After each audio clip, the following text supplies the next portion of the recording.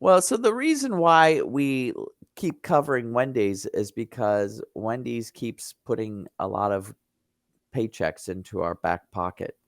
So, yes, what I'm seeing here on Wendy's is that we have pulled back. Now, I'm going to assume that you guys have been following me for a while and you have your initial covering position in place. And with that said, I'm saying that you probably own some shares of stock or you own some back month call options that substitute in for stocks. So, with that initial covering position in place, we're just going through the rinse and repeat process of creating income trades. What we do is when we are at a high, when we detect that there's a top in this sideways choppy channel, we sell call premium and we buy protective puts. So we sell call premium that's near term. So it usually expires in about 3 to 5 weeks, usually with a strike price just above wherever we identified our top. And at the same time, we buy a out of the money, very inexpensive protective put, usually down here at the bottom of the channel. And that creates for us this really great trade zone that so long as we stay in that trade zone and time passes by, we create for ourselves an income. What's also nice is if we bust out of this trade zone, either to the top or the bottom, these positions self adjust and take care of themselves. So, all well and good. We got one of those opportunities about a week and a half ago to sell that call premium, buy that protective put.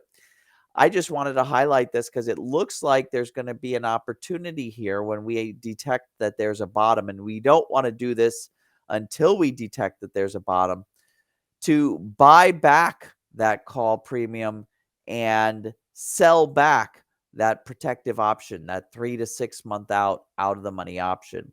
And a lot of people think that our strategy is based on the idea that we let that premium go to its expiration date. And I would say that for the majority of the time, that's what we do. But sometimes we get a signal that a bottom has been found and we're still a few weeks away from the expiration date of the option. And so I wanted to tell people that when you have premium sold, it's not awful to buy it back if you can buy it back at a much better price. So usually what I like to do is I like to calculate what would be the max profit of waiting until the expiration date. That would be 100% max profit. And then what I do is when I detect that there's this signal a few weeks early, I calculate how much of that profit can I capture and close down the trade right now. If I can capture 85% or more of the profit and close down that trade right then, I'll do it. I'll take 85% any time of day so that I can do the next cycle as quickly as possible rather than just waiting the 2 weeks. Because as soon as I detect that bottom sip and it starts going up, I've now got two forces working against each other instead of the two forces being aligned. I have the directional component trying to increase, and I have the time passing by trying to decrease. And that could be kind of weird, and it puts me into a situation where like I have to white knuckle it.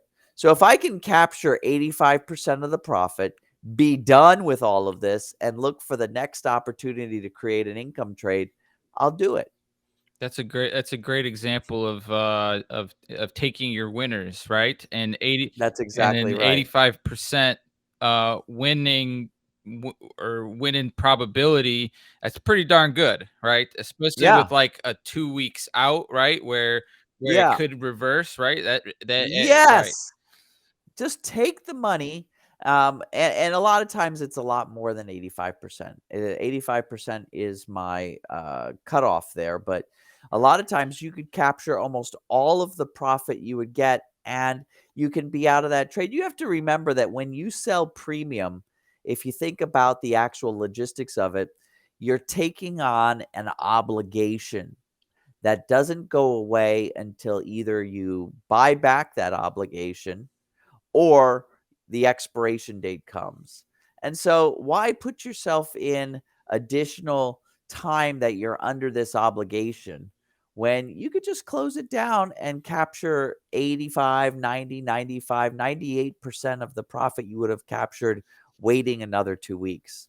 Got to weigh the difference between time and waiting. Now, if this signal were coming to me 3 days before expiration, and for instance, it's a question of waiting 3 days and getting 100% of the max profit, or right now getting out with only 85% of the max profit, then I'd wait the 3 days. But if it's like 2 weeks and I can capture 95% of the profit, I'll capture it and close down the position early.